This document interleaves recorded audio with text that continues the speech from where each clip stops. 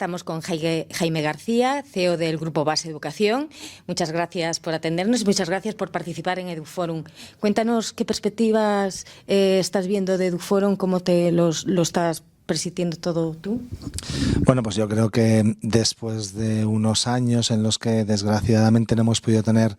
ese contacto tan estrecho, tan directo que supone el estar compartiendo con colegas de tu sector pues tiempos de reflexión, porque en el fondo es lo que persigue EduForum, es crear un espacio donde se den una reflexión sobre los temas que ahora mismo más pueden preocupar en el sector. Pues la verdad es que es un gusto y la verdad es que es una sorpresa muy agradable haber visto cuál es la afluencia y las dinámicas de la gente, ¿no? Haber visto después de mucho tiempo a muchos de tus colegas que, bueno, mantenías el contacto, pero no, desde luego, el contacto con el que poder desarrollar eso, discusiones, reflexiones, y en cuanto eso es así, pues la verdad es que muy gratamente sorprendido. La iniciativa es maravillosa, fantástica, ya es un histórico de ACADE y lo único que queda es consolidarlo todavía más y ser capaces de atraer cada vez más también a más participantes. No me refiero a ponentes o participantes de mesas redondas, sino a participantes de los que de verdad venimos a aprender, ¿no? Has intervenido en la mesa de demografía, de natalidad, de economía. ¿Cómo ves tú, sobre todo en el ámbito de la natalidad, que tanto afecta al sector educativo, cómo ves tú el panorama en España? Bueno, pues he tenido el placer de participar en la mesa de demografía junto con Alejandro Macarrón y Jaime García Legaz y monitorizados o moderados, mejor dicho, por José María del Grupo Siena. Y la verdad es que ha sido muy interesante. Yo creo que se han puesto encima de la mesa algunos de los problemas que realmente son candentes no solamente para el sector educativo, sino para la sociedad española en general. Tenemos y estamos sufriendo, por mucho que queramos evitar el palabro, pues una suerte de invierno demográfico, pero por contra hemos estado explorando pues las distintas posibilidades que podrían darse para paliar esta circunstancia que es sobrevenida y que por lo que se ha llegado a trasladar en la mesa tiene más que ver con valores, con un modo de cultura, con cómo se desarrollan las sociedades contemporáneas, incluso cómo se acompasa el descenso de la natalidad con el crecimiento económico, pero insisto, por contra, pues yo creo que hemos puesto encima de la mesa pues la posibilidad de que España, que ya lo está haciendo en sectores universitarios, pudiera convertirse en otros sectores como el K12 o centros de educación infantil, en un hub educativo, receptor de alumnos de otras nacionalidades que vengan a nuestro país, pues o bien de la mano de padres, familias, madres que sean nómadas digitales, que estén viniendo a nuestro país, habida cuenta de que el teletrabajo se ha instaurado en nuestra sociedad como una vía más de trabajo en las empresas, absolutamente normalizada, pero bueno, también como posibilidad para que se desarrollen proyectos y acompasemos, de hecho, esta llegada de inmigrantes pues más cualificados profesionalmente hablando, si queremos llamarlo así, pues acompasemos con una propuesta educativa que realmente satisfaga, con lo cual al final implícitamente lo que estamos queriendo decir es que desde el punto de vista del sector nos podemos convertir en un factor estratégico para que gobiernos articulen políticas de recepción de ese tipo de inmigrantes cualificados, capital humano y movilidad de capital humano, se ha hablado también, ¿no? Que están llegando a nuestro país para radicarse en él y residir y en fin, y que lo puedan hacer, pues no solamente porque tengan unos servicios maravillosos, una seguridad de la que también se ha hablado como sociedad, ¿no? El no tener miedo a salir a la calle ni nada por el estilo, sino también porque tenga una oferta educativa de muchísima calidad que fomente esa llegada de este tipo de profesionales. ¿Consideras a España un destino atractivo para este nuevo público que sugieres, vamos?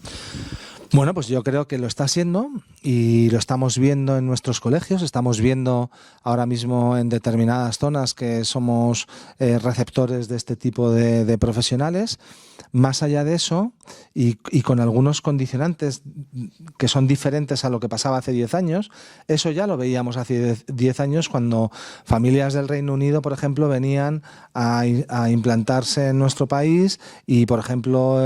me da igual, el padre, la madre trabajadora se desplazaba durante la semana al Reino Unido, pero la familia se quedaba residiendo en España, ¿no? ¿Por qué? Pues porque las condiciones de vida en España son fantásticas, la climatología es maravillosa, los servicios sociosanitarios, educativos son también extraordinarios y además extraordinariamente baratos para lo que es su canon habitual, y por lo tanto eso que ya ocurría hace 10, 15 años y que ya veíamos un flujo de potencial de familias que venían sobre todo en la zona de Costa Levantina, Andalucía, Madrid, pues lo estamos viendo ahora mismo, pero con nómadas digitales, con gente que viene a teletrabajar. Yo creo que esto va a cambiar radicalmente la forma de concebir por parte de las sociedades modernas, y me refiero fundamentalmente a las modernas occidentales, de concebir el dónde resido. Ya no necesito residir en Estocolmo, por poner un ejemplo, o Copenhague o Ámsterdam. Si puedo teletrabajar en mi empresa, pues probablemente lo que elija sea zonas donde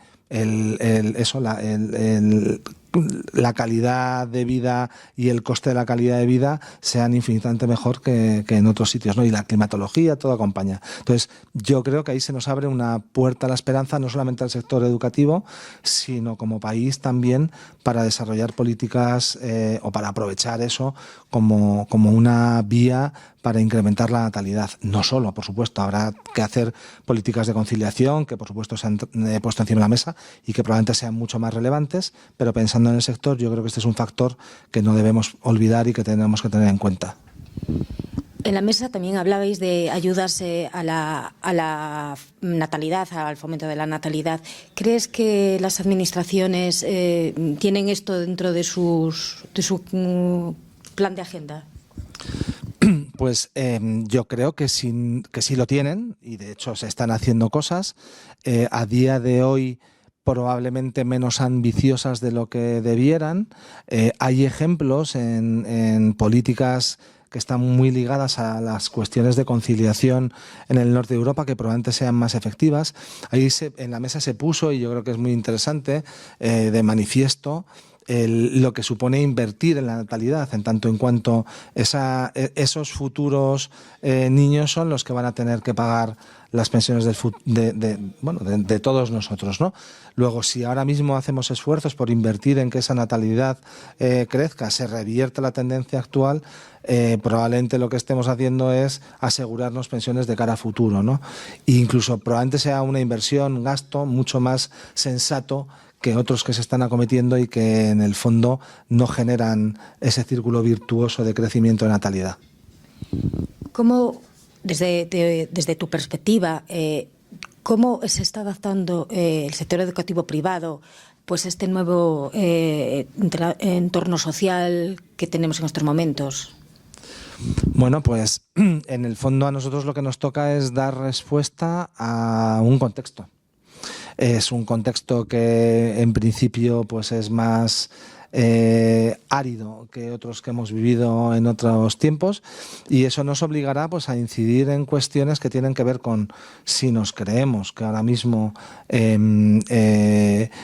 es una posibilidad que familias vengan con esas características que hemos mencionado anteriormente a nuestro país, pues tendremos que desarrollar una propuesta que les sea válida, ¿no? En ese sentido, profundizar en cuestiones que tienen que ver con la internacionalización del proyecto educativo, que no es implantar sistemas internacionales única y exclusivamente, tiene que ir acompasado de eso, pero desarrollar o crear un colegio internacional, un centro de educación internacional, es mucho más que simplemente implantar por poner un ejemplo, sistema británico o un sistema del IB, pues sería una forma de dar respuesta. Y luego creo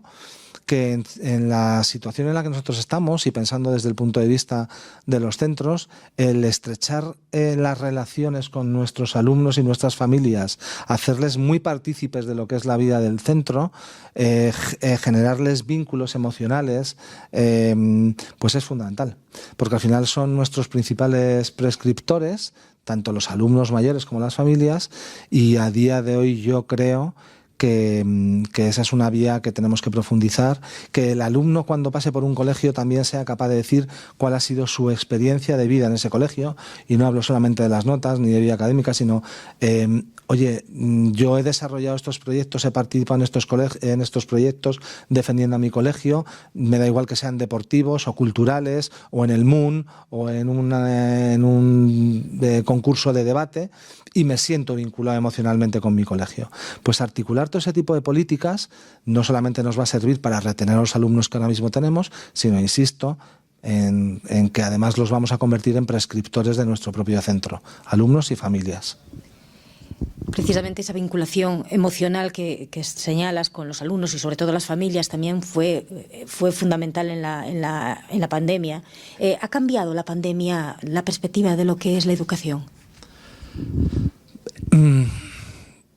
Bueno, pues yo creo que la pandemia lo que nos ha servido es, independientemente de lo que todos decimos, ¿no? Oye, se ha abierto la ventana a un canal que hasta entonces era inexplorado o poco explorado, ¿no? Que es el mundo online.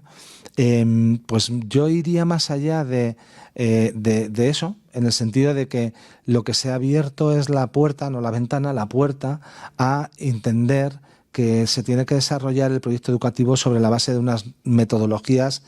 muy activas, donde la tecnología, desde luego, tiene un papel que jugar, no única, desde luego la tecnología es una herramienta, y en ese sentido yo creo que sí que ha acelerado procesos que estaban en la mente de muchas de las direcciones, de los gestores de los colegios, sobre todo colegios privados, porque lo que sí que han visto es cómo de bien se ha recibido la respuesta que desde el sector educativo privado se ha dado a una contingencia no esperada, y eso les ha servido, yo creo que de acicate, de ánimo para profundizar en cuestiones que aunque se tenían en la cabeza, se pensaban a más largo plazo, y eso se ha acelerado. Pues muchísimas gracias, Jaime, por tu atención, por esta entrevista, y te esperamos en la próxima edición de EduForum. Pues nada, un placer, encantadísimo, y nada, hasta la próxima.